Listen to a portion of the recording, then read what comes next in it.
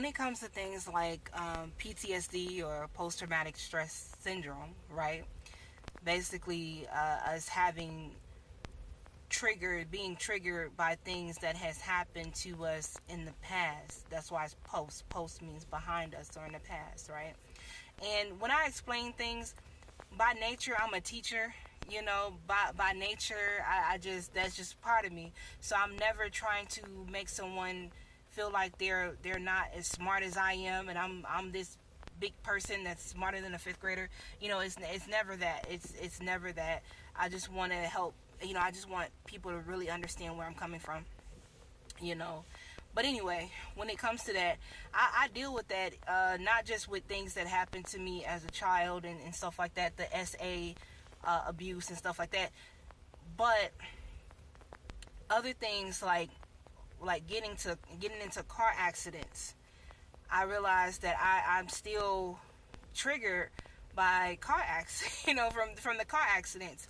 So what I try to do is, I'll pray, especially if I reach my destination, or while I'm on my en route to my destination. I just say, Lord, thank you for your traveling mercies, because I have to drive.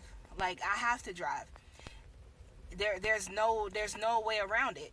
And God has blessed us with a car. We've had this car. I bought this from our cousin, April 2017. This car is almost 20 years old. It's a 2007 Malibu, right? And it keep going. But I've been in a lot of accidents. The most recent accident was in April of 2024. And as I'm talking about this, I'm remembering the accident that I was in April of 2017. And that's when my car was totaled. That I had my Chevy, that was my baby, a Chevy Impala. It was totaled by a city bus. That bus hit me so hard, it had spent my car around to my car was facing the direction that I was coming from. And I remember jumping out of the car, and there being a young lady a young lady on here. For some reason the name is, but you know exactly who I'm talking about. She happened to be home. She heard the accident. People came running over. She came running over, and she hugged me and she held me. I was shaking so badly. But anyway, let me go back to current. So currently, my husband, he doesn't drive because of his health. I think it's like because of his health, and he just don't like to drive. He's probably driven me a couple times since I've been here, and I've been here for almost 7 years. But he, because of his physical condition, he can't drive. So I have to drive him around. Like, there's no other way, for us to get to his appointments except for me driving. It's going to be really hard for me to try to get him into like an Uber or a Lyft or even catching a bus. That's just hard. So I have to do it in order to get to where we need to be. And that's the same thing about our healing. We have to do it. We have to go through that process. It can be hard as hell, like literally trying to navigate life when we're still stuck in our past and we're still stuck in the pain of our past. There's no way to move forward if we're stuck. We can't move forward going back. So do not become a prisoner of your pain. Do not become a prisoner of your past. Because no matter what you decide to do, if you want to stay stuck, time keep going. Time goes. And we're going to be put in situations that's going to make us feel very uncomfortable, make us vulnerable, and just, but we're going to have to go through it. You have to go through it. Even if you have to crawl, you need to get to where you need to go. And sometimes getting to where you need to go is going through those hard and difficult places, dealing with the things that we don't want to face, that we don't want to address. But the moment that we confront those things and address those things, then we're able to move forward. There's a lot of people who are still stuck in reverse because they're too afraid to deal with the things that hurt them in their past, or that, but we got to do it. We got to do it.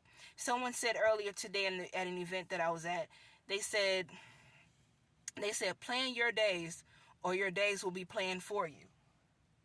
Plan your days, or your days will be planned for you. We must plan our days, and we got to get through the pain. We got to get through those broken pieces. Broken pieces can be made whole again, but we got to do the work. We have to. And like I said, sometimes we're in uncomfortable situations. I remember being asked to speak at my grandmother's funeral. I was asked to speak from the perspective of being the oldest, and I knew that there were going to be people there who hurt me as a child. I knew that. But to be able to minister to those, that takes a different type of strength. That takes a different type of courage. And I know that it was only God who prepared me for that moment. And God wants to prepare you. It's God's desire that you live. It's God's desire that you go back and you talk to people and you help set them free. We understand freedom. Those who have been captives, right? Those who have been held down by the pain and the shame and the guilt and stuff like that. And once we rise up out of that, then we're able to talk to others. God is the source of our comfort. And God has delivered us so that we can go back to help deliver others. It's in our distress. It's in our tribulation. It's in those moments of pain that we're able to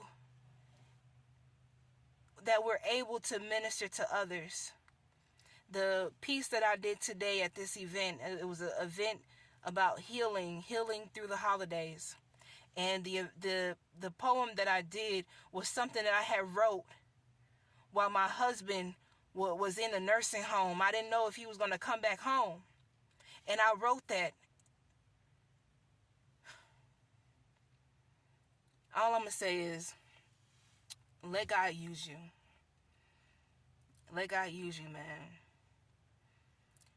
And you'll understand the purpose of your pain once you're heeding to the call. Once you're doing what God has called you to do. You know, it might be something like, say for example, say if you went through a season of I don't know, we'll say barren, meaning you thought that you couldn't have children. You were told that you weren't able to have children. And then maybe about 10 years later, you end up conceiving a child and you give birth to the child. And then you're able to look back and say, God, you did this. You carried me through that moment. And then you share that story with somebody else who may be going through the same thing. And say, hey, I remember when I was really struggling, or I was out there on drugs. I was out there walking the streets. But look at me now. This is God. This is what God kept me, and God brought me through that situation. So, to go back, PTSD, post-traumatic stress syndrome, is learning how to push past the pain to get to where you need to be. Because your purpose is not just, after the pain. Your purpose is inside the pain too. It's a purpose far greater than yourself. And God still has you here for a reason. Suppressed wounds, redemption, and recovery. When suppressed wounds begin to heal, you be encouraged. And remember that together we can heal. Oh, and also, just as a reminder, the speaker said today, as most of us have already heard, is that broken crayons, they still color. Don't throw them crayons away. You weren't thrown away. All right?